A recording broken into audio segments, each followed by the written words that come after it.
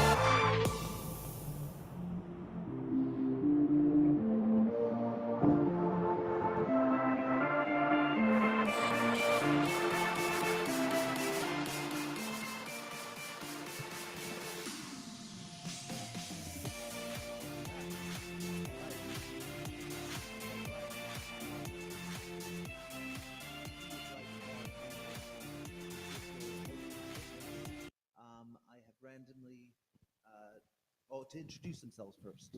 How about that? My son has been revealed that Lane Mulcahy is here anyway. No, we haven't been revealed yet.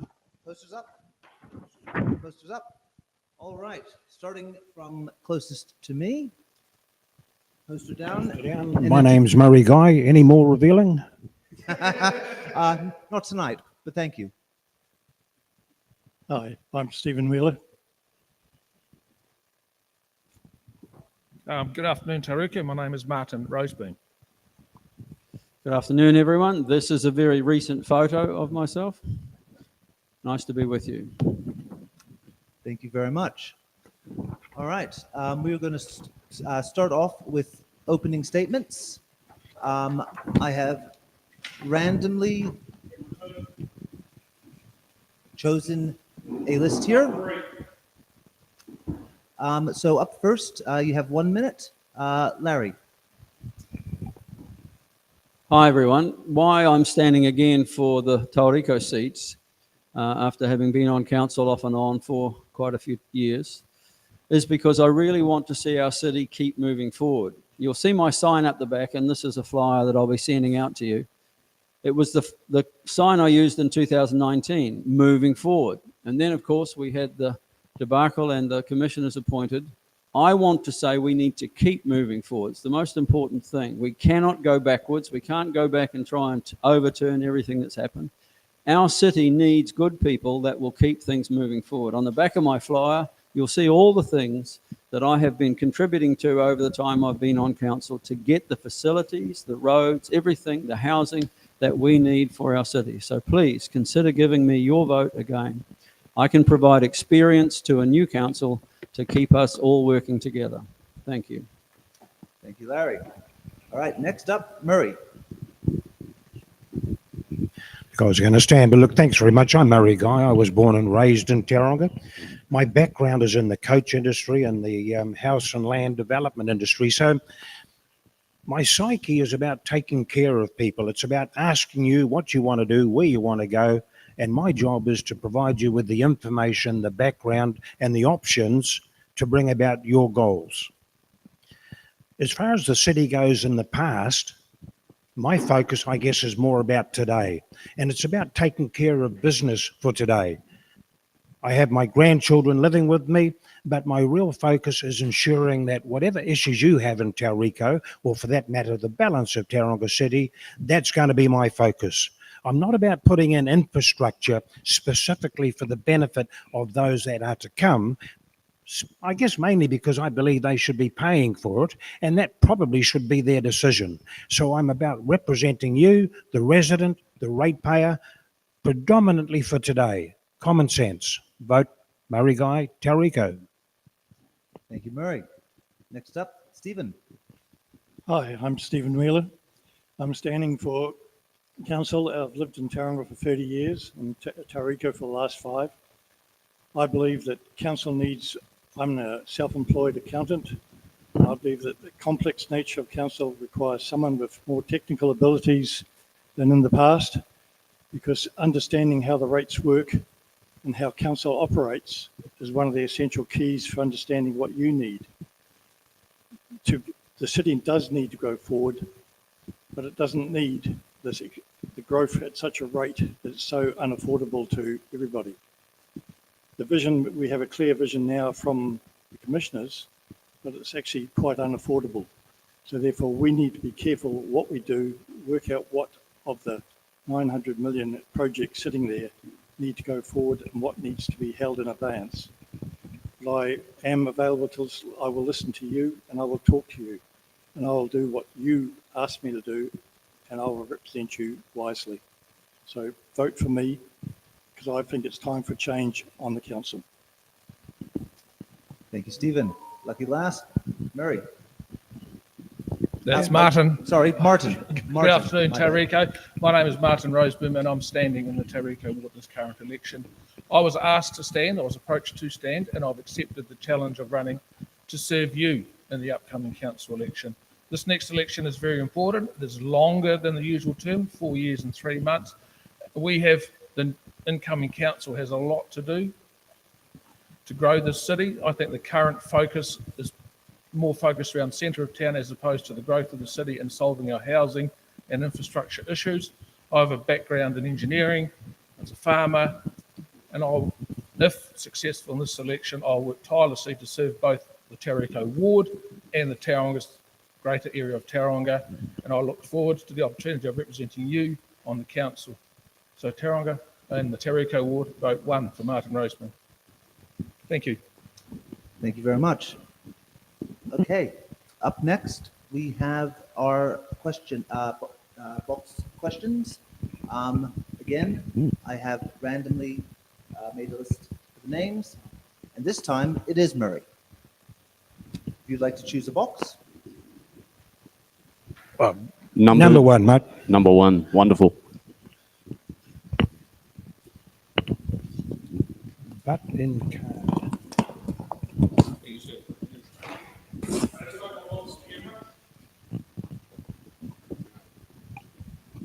Question J, Juliet. Do you, Martin, support the proposed CBD stadium? I totally reject the proposal for a new stadium on the domain.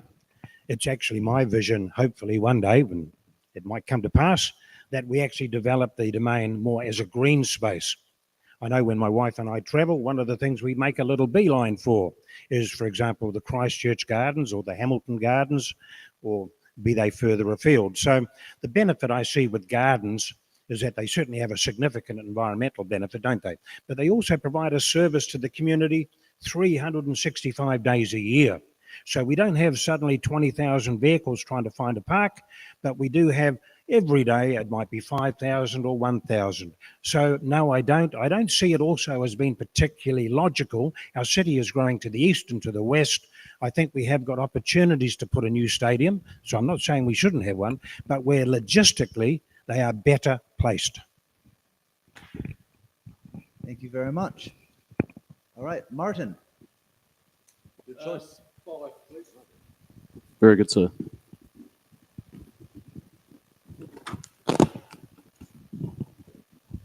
Yeah, while I appreciate the attention, for those at home, main camera 1, obviously address the room. No worries. G for Gordon. Yeah, I'm supposed to know this one. Given the well-established evidence globally and within New Zealand that congestion is increased when more and bigger roads are built, and also that congestion is bad for the economy, including wages, what policies would you support to improve the mobility of residents around Tauranga City? Well, the first part, I've got my doubts. I'm not entirely convinced that the established evidence suggests that congestion does. The biggest issue Tauranga has is a lot of its infrastructure is behind the eight ball. We are too slow in developing for the growth the city needs. We should have been building some of these roads 10 and 15 years ago. And while I agree that a lot of the current infrastructure spending has actually shifted the car park further down the road, we need to move faster to get this congestion problem solved. So the current infrastructure, like the Northern Link, I agree that I would put forward that's about 10 years too late. It will help move traffic faster towards Te Puna and Amakoroa. The upcoming expansion at the Tauriko will help move traffic quicker in and out of proposed residential developments. So I'm not entirely in favour of agreeing with that statement. It's just that we're doing everything too late. We're playing catch up, really. Good answer, good answer. All right, Larry, you're up. 15, thank you.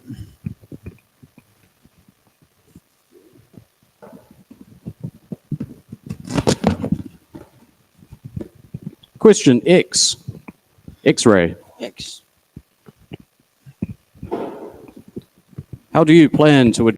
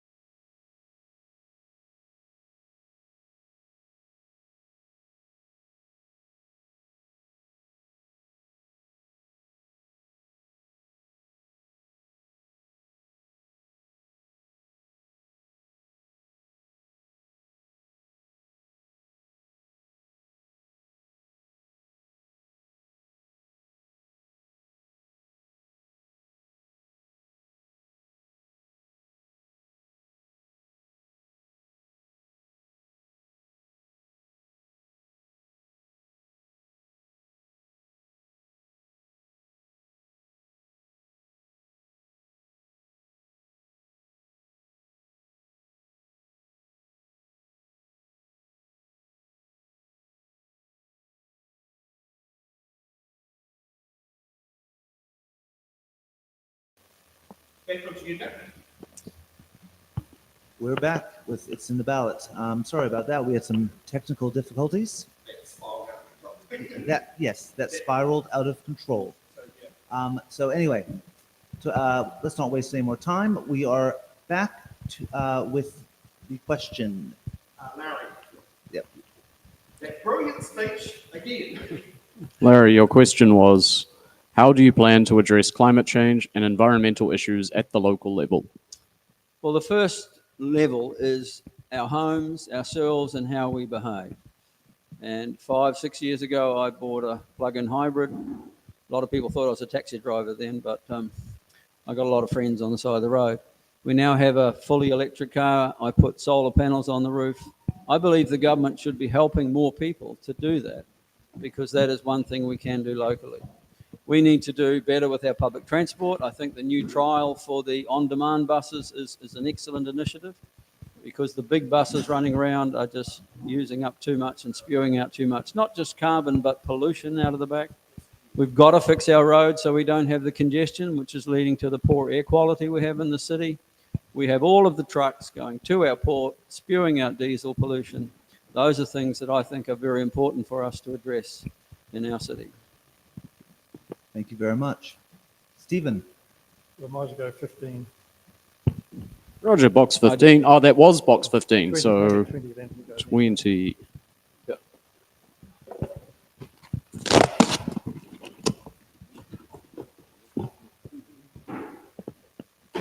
Question, echo.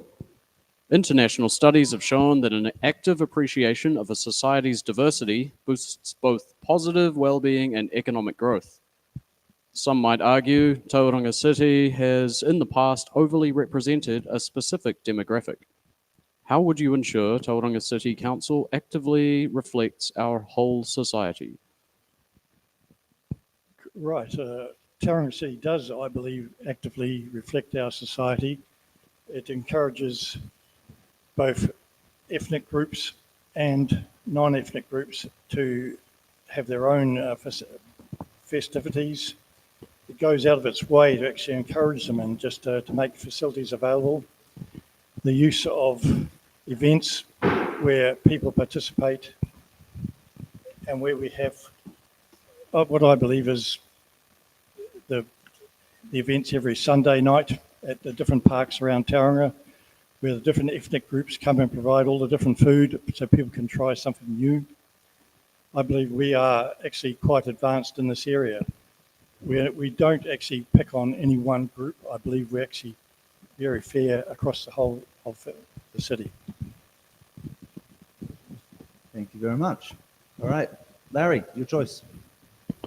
Number 3, have we had that one? Kia ora, Larry. 3 is available. Good.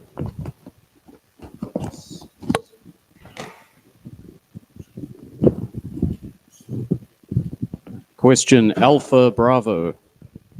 How will you make sure that the needs and concerns of young people are a priority in your policy making? It's a very challenging one, that, because over the years that I've been on council, we've tried to have youth councils and find out ways to connect with young people and hear from them. And I think all those things are things we need to work on.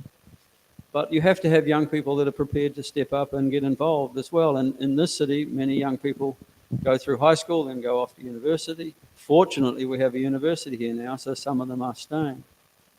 But really, it's up to young people to get involved in voting too. In this election, if they want to be recognised and heard, there are some very good young candidates that are standing. And I think if they don't vote, they won't have people there that live in their world and can represent them. That is the most important thing about who's sitting around the table that has connections to youth, that can represent their viewpoint, as it is to many other sectors of society. So my encouragement is young people, get out and vote this time. Couldn't agree with you more there. Stephen. Number 2. Box number 2, which I already opened accidentally. Question U for uniform. Do you support funding the Civic Centre? Do you support funding the Civic Centre by the way of ratepayer levies and the sale of assets? The Civic Centre is going to be a very expensive item, and the current ratepayers cannot pay for it straight away. It will have to be charged over, I agree, a uniform charge over the city over a number of years. Otherwise, the new people arriving will get the benefit of something that's paid for by the old. I do believe that the Civic Centre the costings are a wee bit short. Our history in Tauranga City is not good at doing costings. And we find that normally we'll be over budget in every building, every major item we do, we've estimated incorrectly. So yes, we do need to future-proof it and make sure it goes out further. All right, we have a button. Larry. Thank you. Yes, that project is underway. The contracts have been signed. The work is going. So it's not something any new council should come in and try and delay or defer. Funding it has been worked out pretty well. There will be additional things, and there may be some things that could be sold or that can help support that. But that CBD centre is vital to this prosperity of this whole city. And I'm really stoked to see the life coming back there, as we've seen the farmers open, we're seeing number 2 Devonport Road and so on. People would not be investing in there if they weren't seeing the council invest also in that Te Manamataki Otipapa Civic Centre, which is going to be incredible for us as a city. Thank you, Larry. All right. Next is Martin. I'll wait for the young man to get back. Yeah, I'll have box 24, thank you. box 20. All right. 24.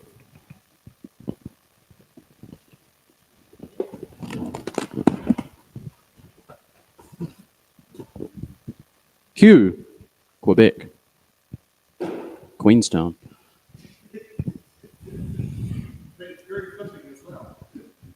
With a CBD that needs revitalising and a housing crisis, supply and affordability wise, how are cost savings and rate changes going to contribute to this?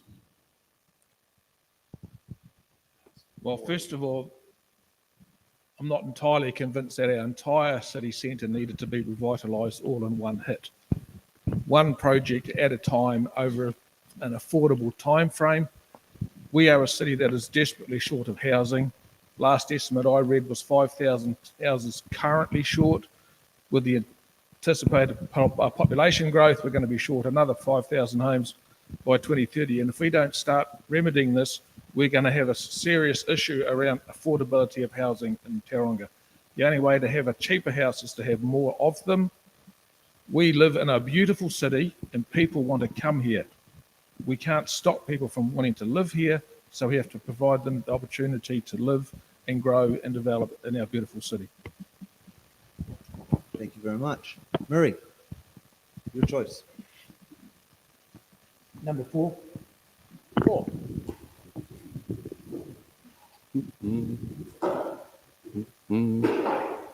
I, Indigo.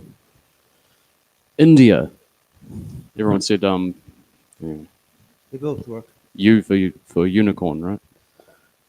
Your question reads, are you prepared to support unpopular but necessary levels of rates increase in order to ensure the financial viability of the council, instead of voting for lower rates increases in the interest of your own re-election prospects at the expense of future councils being able to fund infrastructure, maintenance and upgrades?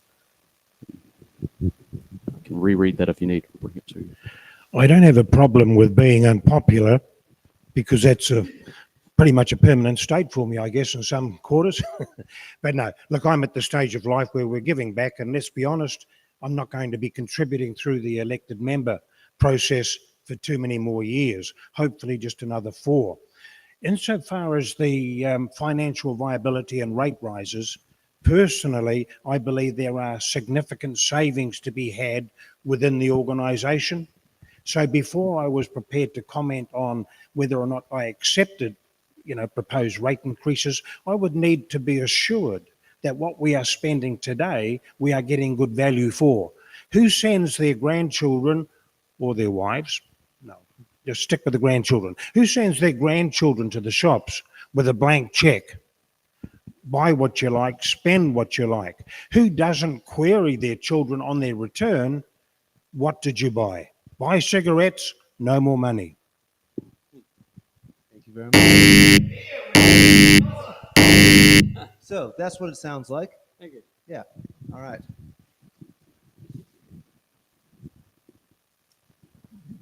Martin, you're up. 21. 21 for Martin.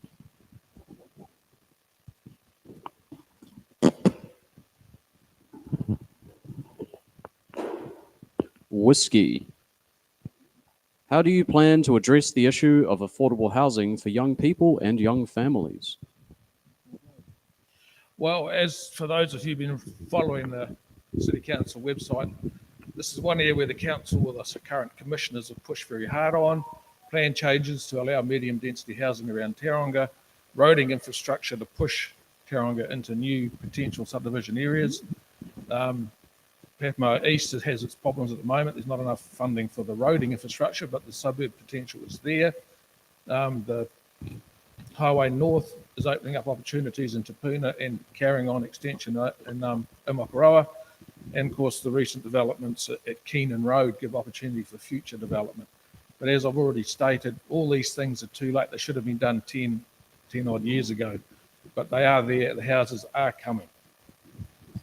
All right, we have a button.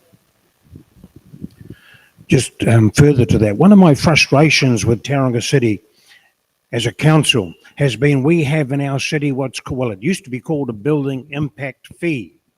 One of the very few councils in New Zealand that imposes a fee on the young person or the older person that is building a new home. Now, I just saw, I think just recently, $40,000 to $50,000 is the proposed approximate amount for the individual building a new home. So before you even pour the foundations and buy the land, when you apply to build your new home, you're struck with building fees. It might be $7,000, it might be 10, but on top of that, 40 or 50. So it does intrigue me why we continue to, in my opinion, subsidize the developers, because that's what we're doing. This fee of $40,000 or $50,000 is about meeting the cost of growth. You know, those new amenities that we're going to need for the new people. So personally, I would prefer it was included in the development impact fee, because as a previous developer buying greenfields, I would deduct the cost of that fee from the greenfield seller. Oh, and another button, Larry. Yeah, I think it's important to point out that in 2020, they introduced new infrastructure funding and financing models, which Tauranga City Council has been the first to use, so that we can shift that burden of costs from those building impact fees and the developer contribution levies and spread it more over the generation of the people who'll come in, providing all of that extra infrastructure to open up housing, which is super expensive. Can't all be laid on the cost of the section or the cost of the house, as has been pointed out. It's got to be spread further, 30, 50 years into the future, so that places like the Tauriko West development with 4,000 houses can come onto the market at a reasonably affordable rate. Also, the intensification down at the city centre has to happen. There's supposed to be 4,000 people living there if you compare with Auckland's inner city. And if we don't invest in that city centre to encourage people to live there in apartments, we won't see that suburb grow either. Thank you very much. Okay, Murray, you're up again. 5. Got it. 5 is gone. Next is 6. Negative on 5. 6. Sweet as. Just keep it going.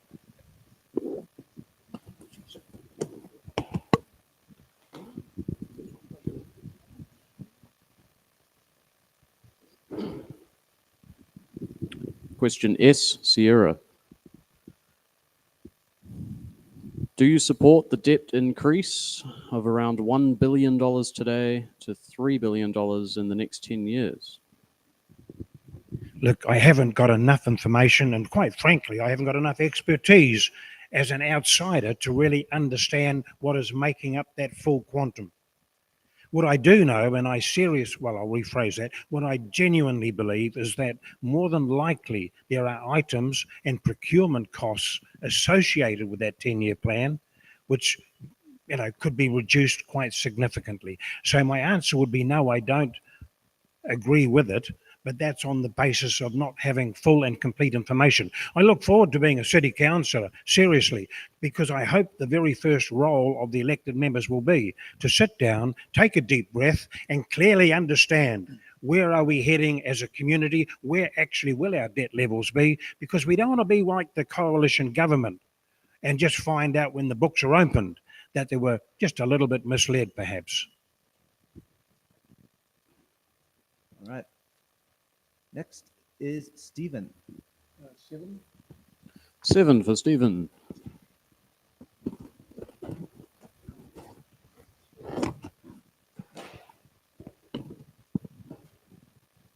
Question K is Kilo. Do you support a museum for Tauranga City? That's a good question. Do we need a museum for Tauranga City? A lot of people say yes, but once again, it's the cost and where do you place a museum? We're talking about revitalising the city, but you've got to have a place to put it where people can get to it. And when you look at people going to a museum, how are they, young or are they old? Majority of Tauranga people do not go to museums. And I wonder if this is more a long-term plan rather than a short-term. Thank you very much. Larry. Number 21, please. 21 is gone. Oh, gone. Sorry. 25. 25.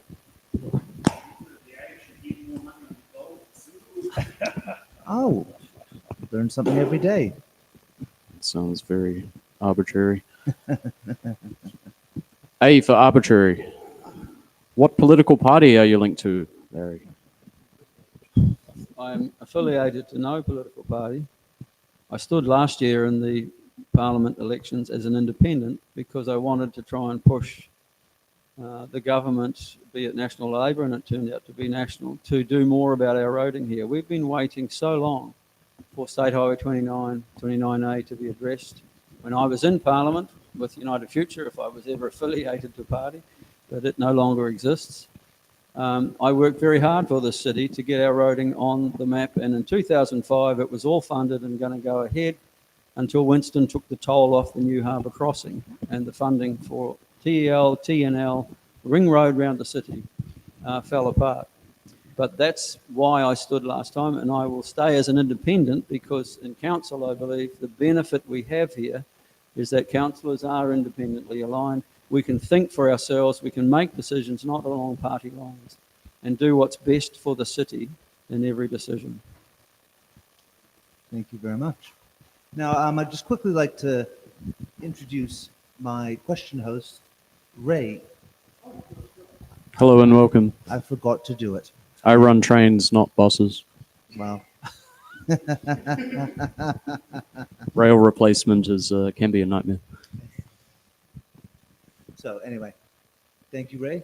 And Thank you. we'll move on to the next round. Stephen, you're first.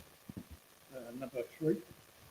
3 is gone. Lowest is 8. Yeah, that'll do fine. Looks like a 3 in a mirror.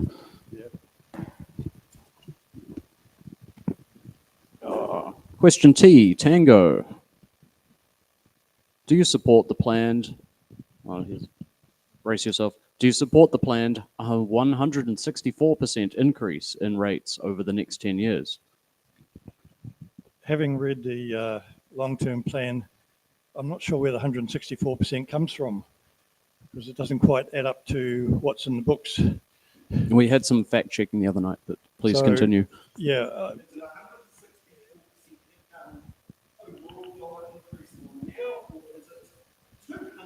yeah, well, that's correct. And I think we have to make it affordable for people. We can't just keep increasing rates at 16% each year because not only is that having an impact on inflation and the people in the city, the ratepayers, but also on anybody who rents in the city will be having a 10% rent rise every year. So we have to be careful what we do and make it affordable for people. It's not a race to get this vision done. We have to stretch it out a bit more and make it work. Thank you. Murray, your choice. Just the next lowest. Roger. Why not? Box 9. Question H, hotel. Do you wish to promote or delay public transportation measures for Tauranga? I really believe we've got some serious gaps in the existing service. So I would certainly promote it, but not promote it in a manner which suddenly you're going to be able to hop on a bus and get a free lunch or a free breakfast along with free Wi-Fi. For the life of me, I don't understand why we haven't got a park and ride down there at the lakes or at the crossing, I think they call it. I don't understand why there isn't a park and ride at Bay Park. 5,000 car parks, access to the highway. I understand they're going to put it next to Bay Fair just to totally stuff up the congestion around it. So I would certainly promote public transport. I enjoy using it when I go away. Those of us that have travelled, be it to Wellington or Christchurch, it's great. Hop on a train and Papakura, go into the CBD in Auckland. But that's not going to happen here. We're a different the geography of our city is difficult. I understand that. But until such time as we put in park and rides, just a simple park and ride, that new service which Larry referred to, parking goes the way of me. Thank you very much. Martin. 22, please. Thank you, Martin.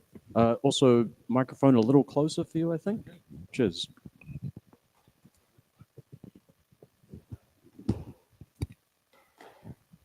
AA, Alpha Alpha.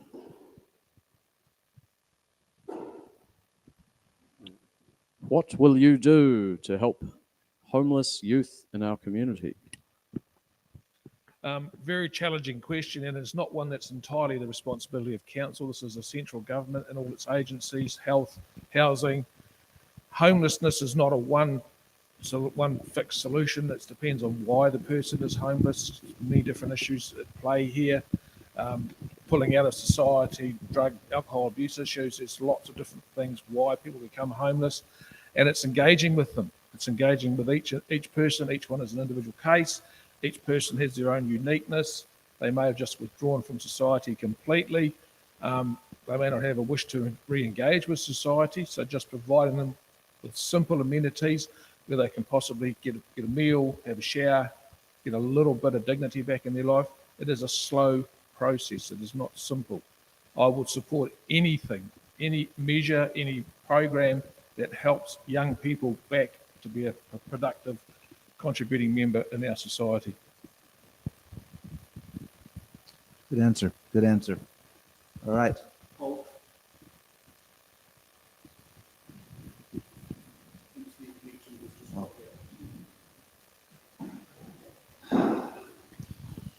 Did I get that through, or do I got to say that? No, you did get it through, and literally, as soon as he finished, all the lights were going.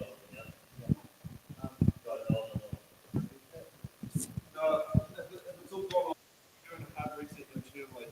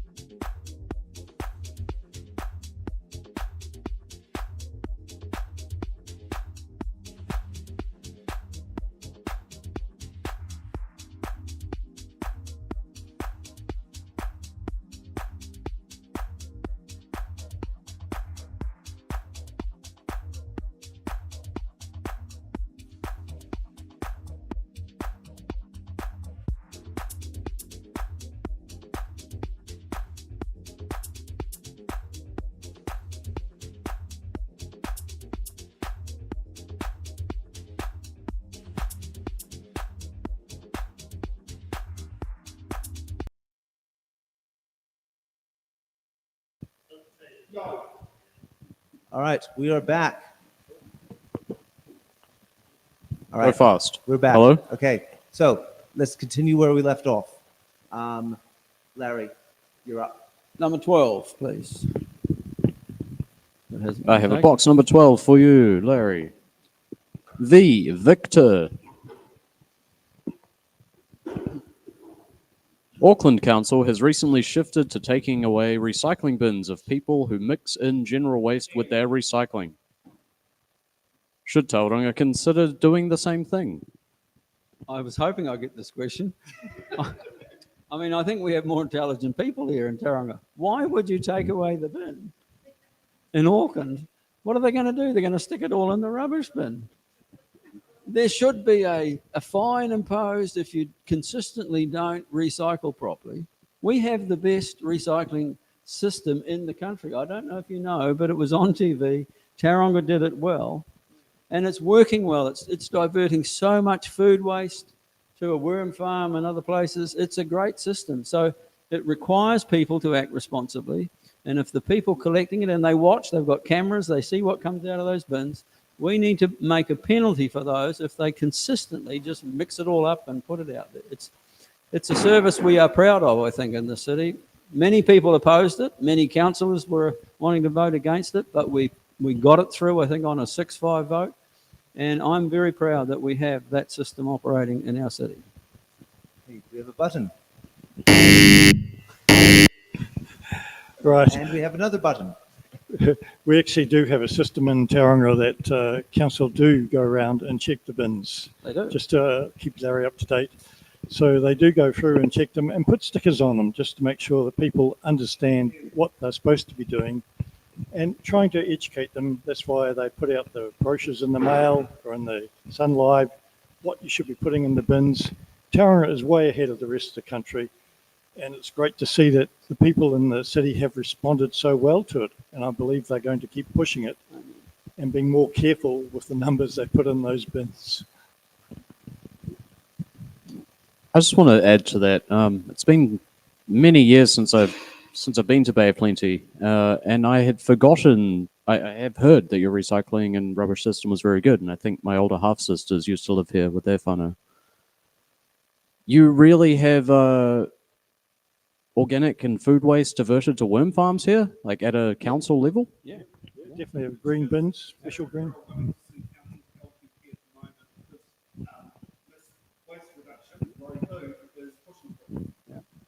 Very cool. It was when I did 4 years as a chef, and it was very difficult to. I mean, it's a high-paced, high-pressure job, but yeah, like my other job was landscape gardening, so I find it very important to be in touch with the cycle of things. In the first 3 months, we were diverting 50 tons of food waste. That's excellent. That's enough to get it hot and keep it Yeah. clean. Every week you look in the bins, the green bins out, the small one. And a lot of us have got the smaller green bins that go inside the house. So we do use them. Tauranga people are more conscious than anybody else in the country. So it's great to see. We'll just have our own conversation. Yeah, I was going to say, I think the garbage bin is smallest. Yes. It is. Yeah, I was very impressed with that. Yeah. Very impressed. Yeah, now, Tauranga. Yes, we did. Yeah, that's right. Yes, we did. Doing our part. Okay. Next round.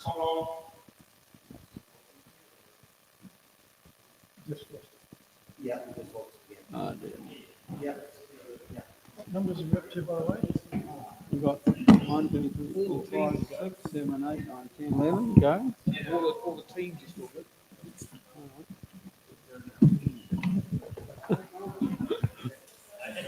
Can you imagine them doing that in Auckland? I just nuts.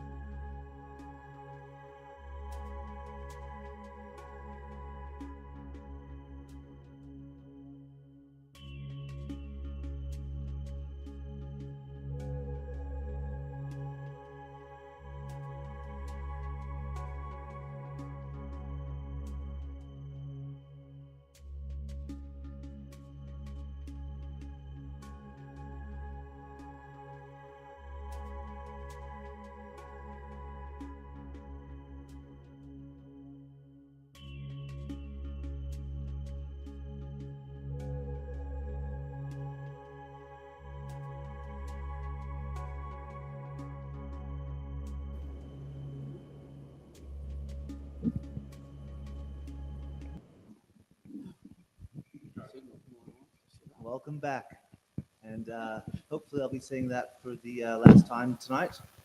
All right. We're going to continue where we left off. We'll have two more questions before going straight to our hard-hitting questions. All right. Could we choose our questions? Okay, so we were up to Murray. Just the next lowest number, buddy. Very good, sir. They're all good questions. Box 10. Question F, Foxtrot. Yes or no? Do you support the establishment of Māori wards? Do you support the Treaty of Waitangi? Why? Got a feeling I don't know which card to use on this one, Larry. Back in 2006, I was advocating that the City Council investigate the Maori wards. Just by the by, didn't get the support. I did get support from one elected member. So I have a real frustration. I don't have a problem per se with the Maori ward. A Maori ward is about representing a grouping. Now, for the case of here, Tauriko, for example, it's a geographical interest in common. With the Maori ward, it's obviously a Maori interest. So that's what wards are about. I don't particularly have a problem. Where I do have a problem with the authorities and those who have promoted and initiated the Maori ward is that there doesn't seem to be a desire to really take the community with them, to really help the community understand what are the issues, what are the options. Now, we're told that Maori wards are to to create that input, to give us a better Maori view when we are making decisions for our community. So it's reasonable of me to ask then, many local authorities, and I think including Tauranga City, actually appoint Maori representatives on various statutory committees. Will that cease? Or is it going to be in addition to? So not particularly opposed, and I've got no problem with the Treaty of Waitangi, just a few issues with how it's getting interpreted from time to time. Fair call. All right. And just generating, and again, Murray. Oh. How come? We've got the highest number, eh? Next number.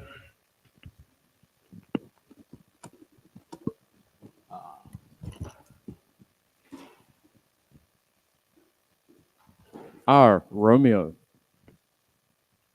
If you are elected as a councillor, will you decelerate council spending on unwanted grand projects and concentrate on vital necessary infrastructure needs such as roading? Look, I think without doubt, a focus for me and for the rest of the community really is about the infrastructure, the critical infrastructure versus the nice to haves.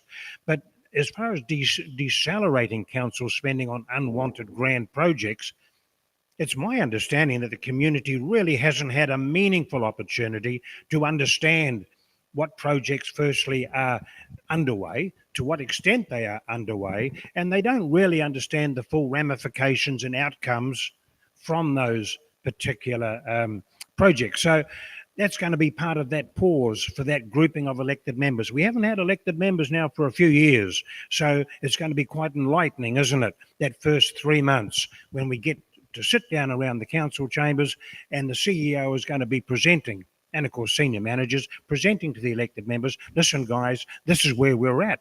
And for many people and for many elected members, they might be saying, hey, we need to go back out to the community on this and just make sure that they're on. We have a button, Larry.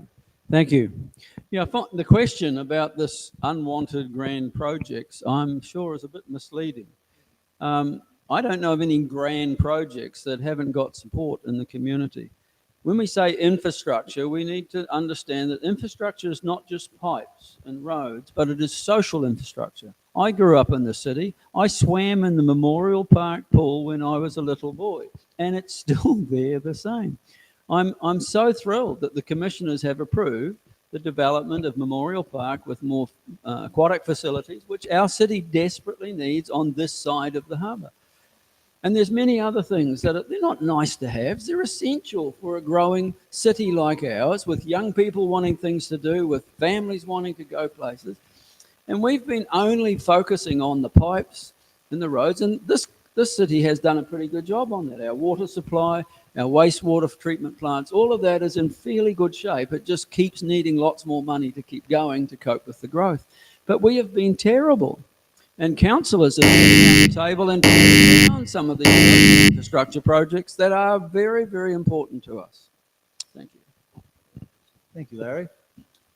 All right. Are we going to end the? Oh, the host. Let's keep going. Let's keep going. All right, Larry. Is 18 there? I believe so. Did it go? Very good. Here we are. Question B for Bravo or brilliance. Your question.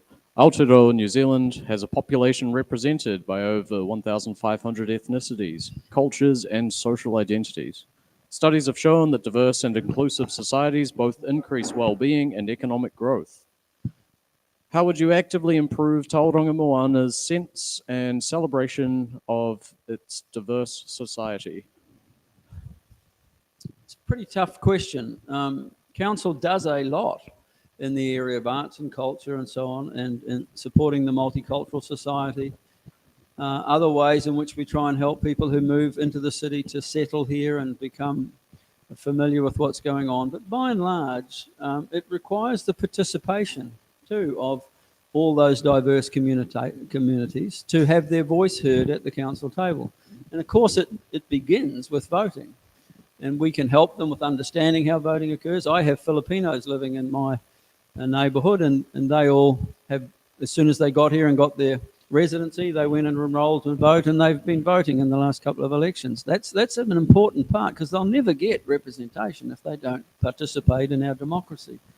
I'm not quite sure how much more the Tauranga City Council could do to help improve this. It's a vital thing. Everyone should feel welcome. Everybody should feel this is their new home. And the diversity of our communities is part of life, and people have very different ideas. We need to have harmony in all of that. But I'm not sure that there's a specific thing we could do. Thank you. Stephen. Next one. 13. Lucky number 13.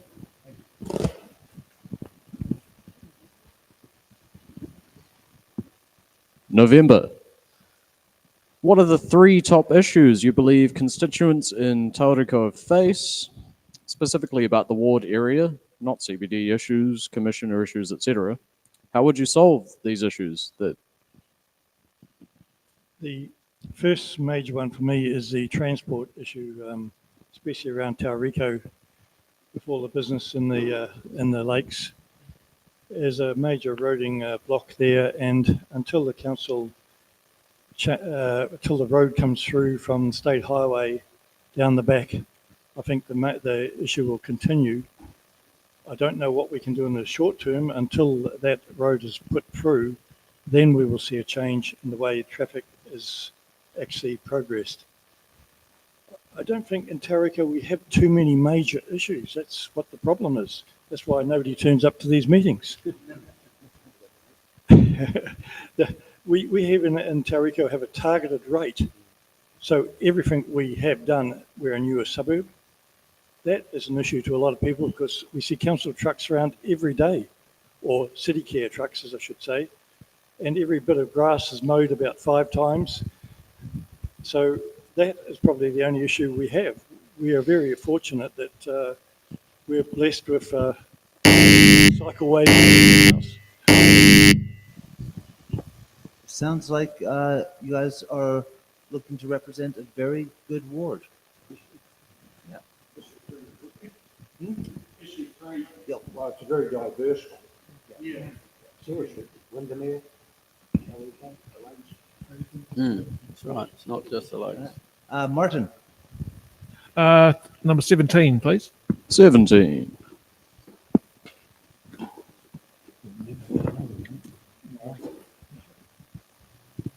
D for Delta, your question. Preamble first. The most vibrant and successful cities on Earth have grown societally and economically in part through abandoning concepts of homogeneous societies and embracing the diversity of our populations. Aotearoa New Zealand is a population represented by over 1,500 ethnicities, cultures, and social identities. How would you grow Tauranga Moana through actively celebrating all people who call our city home? This question appears to be a double up. Your choice on answering. Yeah, it's a slight variation in wording from another question. Growing Tauranga is not a challenge for Tauranga at the moment. It's dealing with the growth we already have. We already have a very diverse community and it's well represented, and that diversity continues to be attracted to Tauranga because we are very good at accommodating a very diverse community. Tauranga has its biggest issue is providing spaces and places for all these different community groups to show off their value to our community. That's the council's, one of the council's issues, is giving all these different diverse communities a place in which they can show the rest of us the value that they've added to us just by them being in Tauranga. And I value this very diverse community and the various communities around Tauranga because they've added so much to our community. thank you. I just wanted to ask if anyone here knew.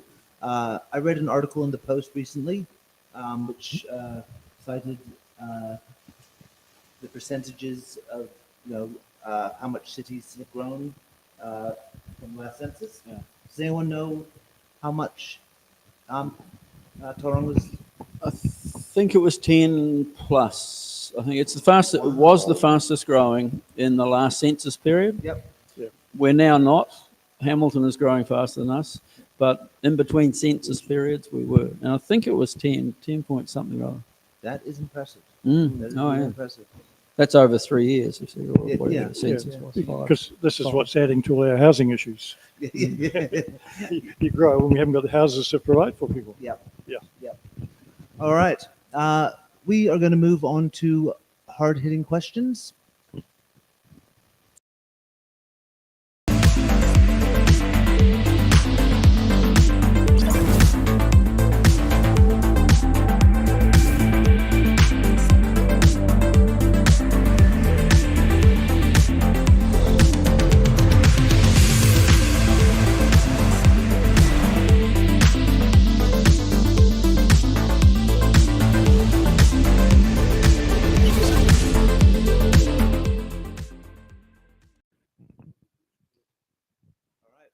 We're back for hard-hitting questions.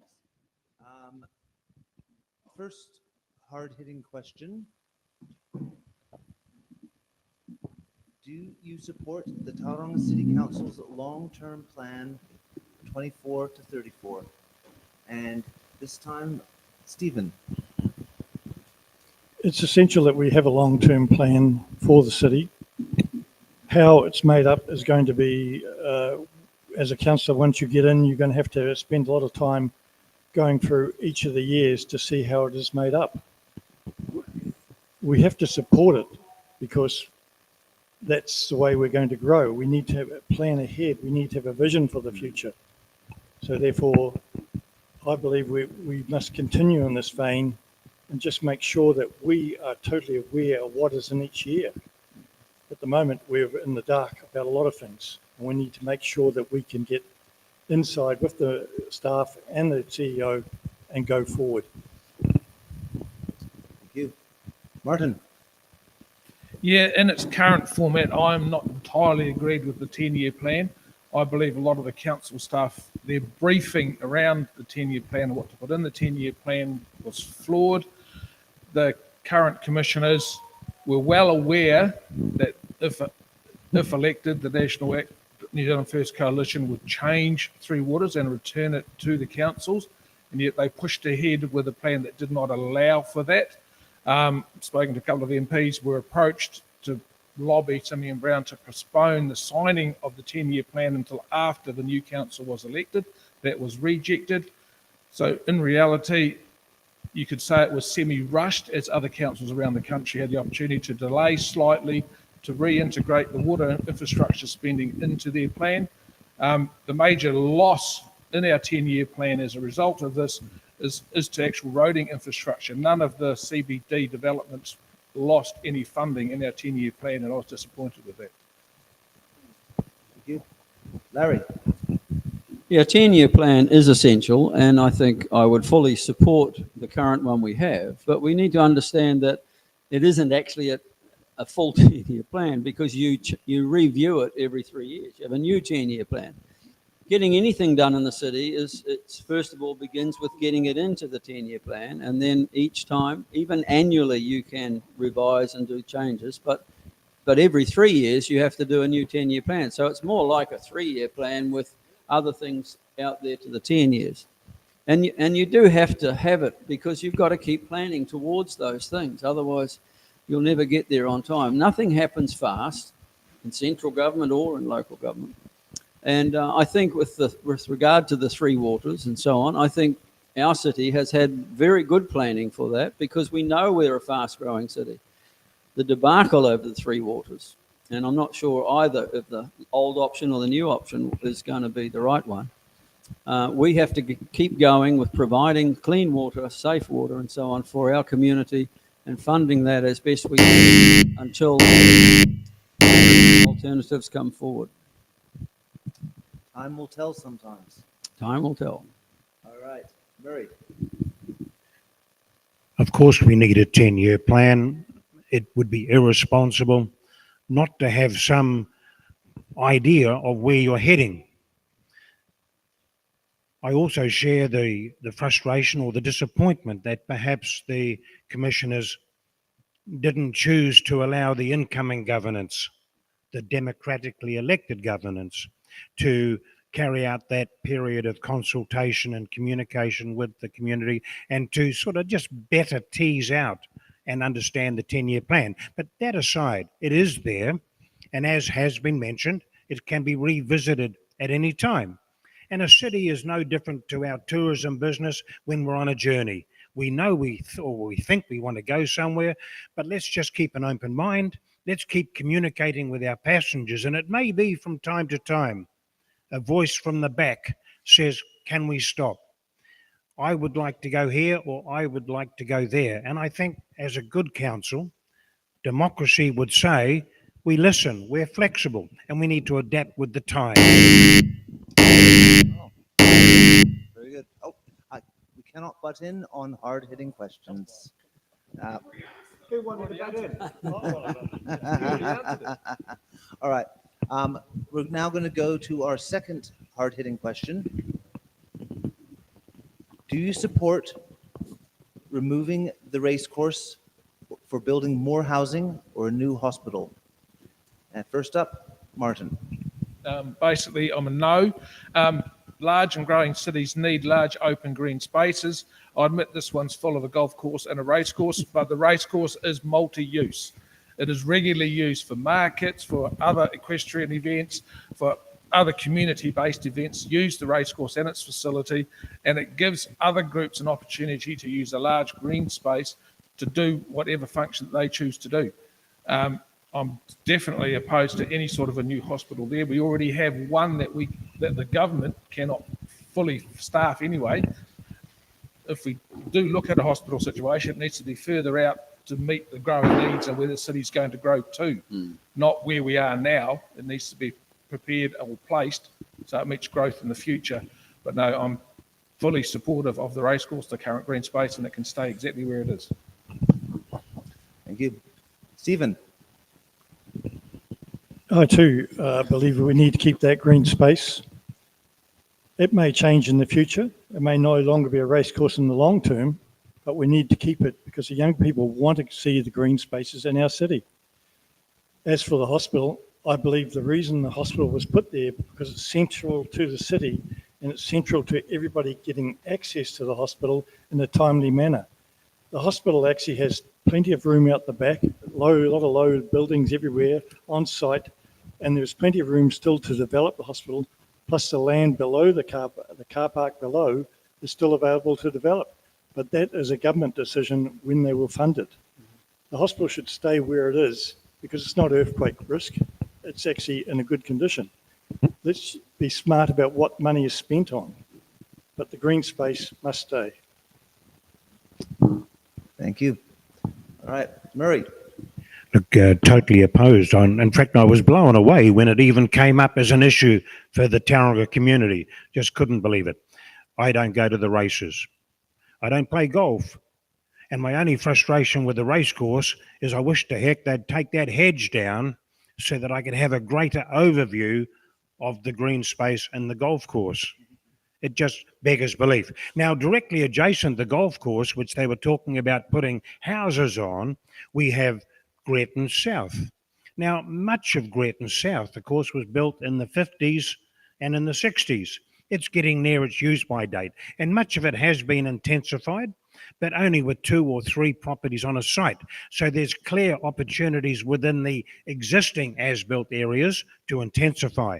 But for the local authority to actually suggest putting houses on that critical green space, yeah, for me, just beggars belief. As far as the hospital goes, I'd certainly like to see a little bit more of the satellite services done. They just opened a new facility in Greaton. It could be something up Kennedy Road and elsewhere, providing health services.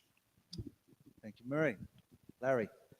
Well, in regard to the hospital, it should stay where it is. If we need another hospital, which is coming very soon, it should be out in the east to service the population out there. The problem with the racecourse and housing is that everybody assumes it'll become like out at Papamoa along Te Okoroa Drive. If you give it up for housing, it's going to be crammed in there. There's no need to lose valuable green space if the racecourse was relocated and still have housing provided within it. And I'll tell you another thing that's needed to be looked at is that the Greaton Village School is in desperate need of major upgrades. It's falling apart, that thing, and it would be better if it could be relocated in the midst of a community in the racecourse and get better facilities, because schools are very, very important for us. And that land which the school currently sits on could be used for intensification and apartment living around the Greaton retail area. So we should keep looking at it. We should keep investigating it. Racecourses could be between here and Rotorua, and they can serve the purpose of both locations. Thank you very much. All right. Hard-hitting question number 3. How will you restore confidence with the ratepayers in this city? And randomized list, Stephen. It's not going to be easy because the ratepayers don't have any confidence in our last lot of councillors. So we need to show that we can stand up, we can work together, we can trust the process going forward, and that we do have a clear vision. It's not about us as individuals, it's about what you, the ratepayer, wants. So therefore, we have to show that we can stand up and do the right thing. I guess it's going to take time. It's not going to happen overnight. So as a councillor, if you're elected, you'll have to prove, because each session is videoed. So therefore, you will have to show that you can abide by your word and listen to what people are saying and then make decisions. Thank you, Stephen. Martin. Yeah, well, this speaks to Tauriko. We are asking you to elect us to the council, and as such, we will represent you at the council table. It is up to us to listen to you and carry out your instructions and build a Tauranga that you want to live in, that you want your family to be part of. A recent example of why this isn't working was Plan Change 33 with the change in building heights. The people of the Mount did not want multi-storey buildings. An independent commission said no, or suggested that wasn't the right way to go, and the commissioners went ahead and signed off on large storey buildings. I'm not for or against multi-storey buildings. It's that the community made it quite clear they didn't want them. A commission, an independent review panel said that was probably not the best way to go, and yet the Mount's got multi-storey buildings. That is what costs trusts and councils. If you don't do what the community wants, the community is not going to support you, and then we have an issue when the next major issue comes around. We have trouble engaging with the community because they think we don't listen. Thank you. Thank you. Very close there. Nicely done. All right, Murray.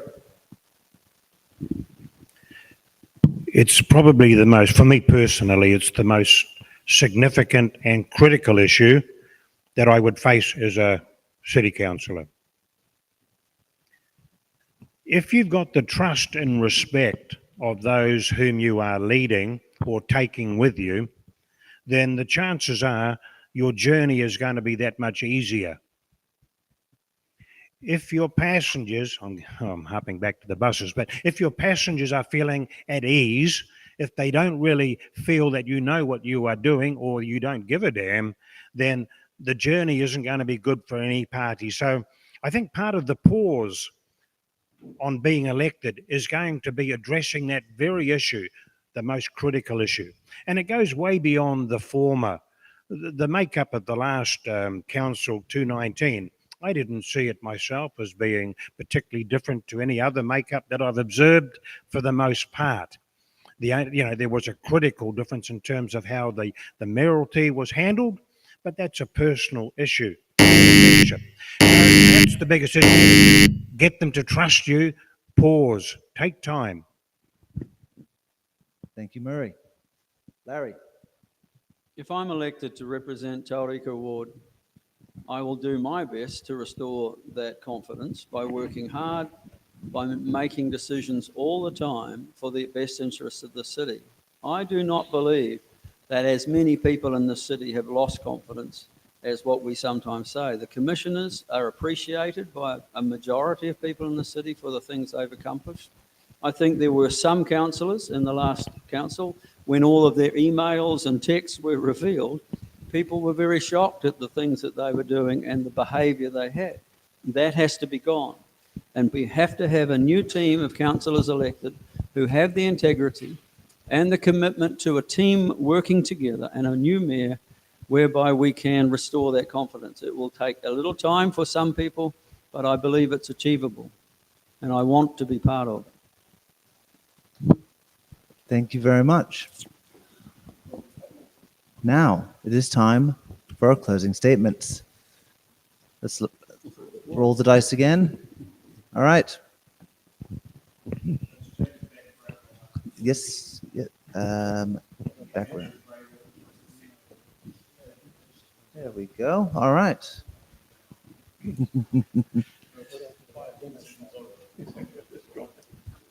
All right.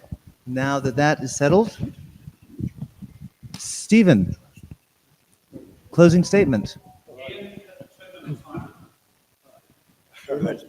2 minutes. Okay, right.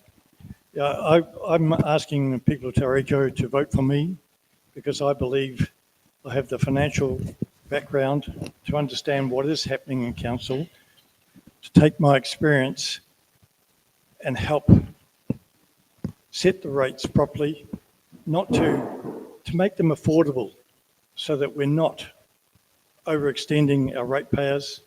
We're not causing those that rent in the city to have massive rate increases every year, but to make sure that I work for you. I'm prepared to listen to you. I'm prepared to work with you. I believe that it's not about me, it's about what you want. I believe that we have to keep having regular meetings in the term, those 4 years, so that we communicate constantly with you, and then we work together to going forward. So vote Wheeler next to this election. Thank you, Stephen. Murray. Sorry. Murray, you're up.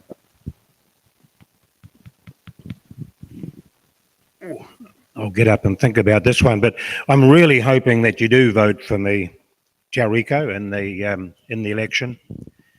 I've got an absolute passion for the community. I've lived here for the bulk of my life, a couple of years in Brisbane, but I'm totally passionate. But equally passionate about our city, I'm passionate about the integrity of our democracy. It could be just so much better. as far as the growth of our city goes, it's always growing here. We hear the stories about the exponential growth, as if we're Jack and the Beanstalk. Well, in the last 30 years, since I've been investing and living in Tauranga, the growth has been between 1% and 2%. So it's not dissimilar to your grandchildren and your children. You just plan as you go. It is really not that hard. I'm looking forward to being part of a collective of elected members that will spend time building trust. Because I'm sorry, but I do disagree, with the speaker. The community doesn't trust politicians.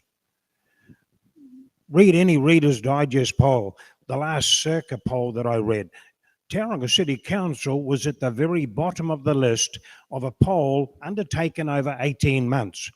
It may or may not be particularly accurate, I don't know, but I think you're in la-la land if you believe the majority of communities, the majority of our residents and ratepayers respect and trust politicians and councils. So for whatever reason, good or bad, we really need to work hard at that. So I look forward to the opportunity on being elected of pushing the pause button and looking at ways in which we can, with a real passion, with real integrity, how can we apply meaningful, inclusive democracy to our city? Vote Murray Guy, number 1. Thank you. Thank you, Murray. What are you chuckling for? All right, Martin, you're up. Yes, Tauriko, I'm asking you to vote Martin Roseboom, vote 1 for me at this upcoming election. This next election has a few firsts about it. The Tauriko and Tauranga as a whole return to democracy. The term is a little over 4 years, so we get to trial something for the first time. There's a lot that this city is capable of, and through my time and life in Tauranga, we have never really achieved our full potential. We play host to the largest import-export port in this country, and we live off that. Our industry grows off it. The recent growth in the Tauriko Business District is an example of the growth potential that this city has. But in order for us to grow, we need to develop a group of society and a community in which businesses want to come here, businesses flourish here, and those businesses are going to need highly skilled workers to work in those. So we need a community that works together collectively to grow this beautiful city that we live in. So Tauriko, please take the time, investigate all the candidates on show here, get to know us a little better, make an informed decision, and get as many of your friends, families, and colleagues in the Tauriko ward to vote. I'm asking you to vote for me. I'd love to be on council and represent you, but above all else, please vote in this upcoming election. Thank you. Thank you. Larry? Yes, very much become informed as you vote. That is the essential to getting better results. And I would urge you, when I deliver this to your letterbox, that you will take the time to read it before you choose between the 4 of us. I believe my experience will be valuable in the next council. I have seen councils change many times over the past 20 years, and new councillors have an enormous task to get their heads around running a city, a $400 million budget, and meeting all of the needs that we have. So please, if we have a whole new council with no knowledge of the past, no knowledge of the good things and the mistakes, I think it'll be less effective than it could be. I am ready to go again. I ask you to give me your number 1. I ask you to read this. On the back is all of the things that I honestly can put my hand to, I've achieved while I've been serving you in this city. And they are worth noting because there's more to be done. We have to keep moving forward. There are things in the Tauriko ward that definitely need attention, and I will be working hard for you to get those things addressed and solved. Thank you. Please be a considered, intelligent voter. Give number 1 to Larry Baldock. Thank you, Larry. Now, before I hand over to Sam, I would just like everyone to thank our candidates, our audience, and our crew for coming out tonight and making the effort to be part of the democratic process. So if everyone could put their hands together, please.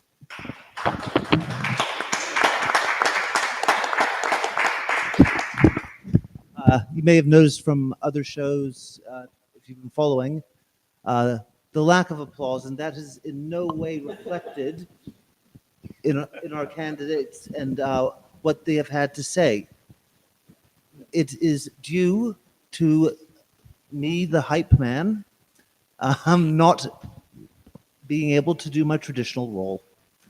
But other than that, I think we've had a great show, and I will pass you over to Sam. Oh, you're making this very quick. You still got the keys until 6 o'clock, though. I know. Might be better for me coming across this as I'm a bit more of an expert when it comes to STV than probably compared to the rest of the teams. When it does come to voting, please make sure you don't just select your first preference, but your second, your third, your fourth. You can't do a fifth here because there's only 4 candidates, and thank you for all the candidates coming out today for 100% turnout, and we're off for another, fingers crossed, 100% turn off for the Welcome Bay Ward. So this election is going to be decided by second and third preference votes, and whoever is going to be the final councillor to represent the Tauriko Ward will have to achieve, on the last iteration, at least 50% of the vote plus 1. So when it comes out to voting, make sure it's that point there. You've got 4 brilliant candidates here who put their feet to the fire, and sit, so you can sit down there, guess what it is, and should we just say, I'm glad I'm not voting in this ward because otherwise it'll be very difficult for me to sit there and decide because I can't just sit there and put one equal down on there. Now, cheeky question. I'm a barista by trade. Can you please tell me what type of coffee you would purchase if you went to, say, your local favourite coffee retailer, or you turned up to Bean here at the Newtown Market on Saturday Market in the Rongotai electorate in Wellington, the only electorate in the country that has 2 airports in it. Microphones. Microphone. Is your vote because I drink Avalanche sugar-free coffees. We have boxes and boxes of them in our pantry, cappuccinos, caramel lattes, and so on. And they really meet my taste buds, and they keep me sugar-free. I respect that decision. When I'm at home, I am a bit partial to that too. My coffee drink, cappuccino with cinnamon is my preferred, and quite large at that. Oh, you'll love the Bean Here Bean Giant with a quad shot of coffee that's in a 16-ounce cup. Definitely a flat white double shot, please. No sugar. I like that tradition. Keep away from the sugar. I'll have a beer, thanks, mate. I'm sorry, I don't have a liquor license. So yeah, I thought I'd sit there and get that. That's the personal twist on there. And yeah, as you can gather, this is who's paying the bills. Yeah. And also for those who are wondering, 7 p.m. tonight, we've got Welcome Bay Ward, where I'll be in the driver's seats once Nick hands me back the keys. I may have lost them. No. You'll be right. All right. Thank you very much, Steve. Thank you very much,